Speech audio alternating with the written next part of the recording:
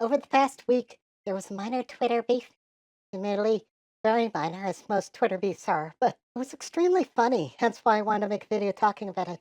For those of you that don't know, Buck Angel is a trans-masculine porn star who looks like this. But, believe it or not, despite having a bod many men would kill for, he was assigned female at birth, something which will become important soon, I promise you. Ashley, who goes by Ashley VR, is a thirst trap OnlyFans model who decided to stir up the shit soup that is modern day Twitter lately. You see, Ashley is transgender, male to female to be precise, and decided to take on the bulldog of all British gender criticals, Graham Linehan. You know him, you don't love him.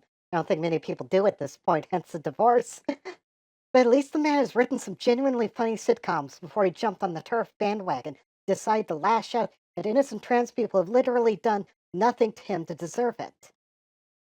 So Ashley VR posted the standard thirst trap tweet here, saying, "Can you give me just one good reason you wouldn't date a trans girl like me?" And Grant Linehan, being the terminally online weirdo he is, decided to respond saying, "Because you're a man, and I'm not gay. Why not just be a gay, effeminate man? What are you so ashamed of? It's 2025, for fuck's sake." And I get a hetero man not wanting to date a trans woman. I really do. You could just, like, not post anything. And also, you really shouldn't shame somebody just because you're not into them and don't agree with their life choices. The also, Also, the whole "it's 2025" FFS, like being trans is some old school traditional thing that we as a society have progressed past the need for. Why, why would somebody waste their time trying to write this? Well, I mean, obviously I know why. Reason why is because Glinner, huh? Ashley then follows up with a reply. By that logic, would you date Buck Angel? He was born female. Now, it's important to note that Buck Angel, despite oozing bucket loads of testosterone and having been held up as something of a trans icon, is himself a trans medicalist. That is, at least in this case, somebody who, despite using the he, him pronouns, vocally identifies as female and is highly critical of gender ideology, also being chummy with Graham Linehan, actually. So, right, this is the funny part. Knowing all this, Glenna replies saying, "No, because he looks like a man. Don't you understand? These cosmetic differences don't change who you are. You're simply putting yourself outside of most people's dating pools." Now, if I was Buck, I would feel so bad that I was being thrown under the bus like this. Buck thinks he's a woman with mental illness, right? And here Glitter is basically denying his femininity. Ashley herself points out, "It's very clear to me that he's still attractive to gay men and straight women." Now, if this was just this, I wouldn't have even bothered covering it, but it gets so much better because Buck Angel himself catches wind and decides to enter the ring, tweeting, "I am female, and you are a male. Have a great day." This induces massive ratio with over 2 million views and 25K likes. Now, this is really interesting to me because both Graham and Buck are doing this thing, right? Where they are claiming that looks don't matter. But gender criticals are the same people who will talk about AGP jawline and childbearing hips. Like, these people go on and on about skull shapes and whatnot. That trans women, no matter how well they pass, will always look like men. And that trans men will always look like women. But here we have Buck and Glinner claiming that Buck is a female that looks like a man. I don't think there is anything inherently wrong with these statements, mind you. To my eyes, Buck definitely looks like a man, and he is a female, and Ashley is a male if we're going by strictly the medical terminology, because modern trans movement sees gender and sex as separate things. So somebody like Buck can be born as a female, but identify as a woman.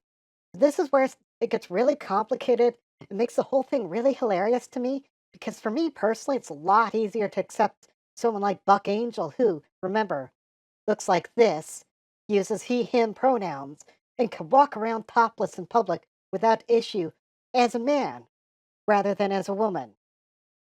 Like, if it talks like a duck, walks like a duck, but tells you that it's a fish, I will acknowledge its identity begrudgingly, because that is the polite thing to do. But it's going to be very difficult for people to accept that identity as valid in their own personal conviction. I don't feel like I'm going out on a limb saying this either.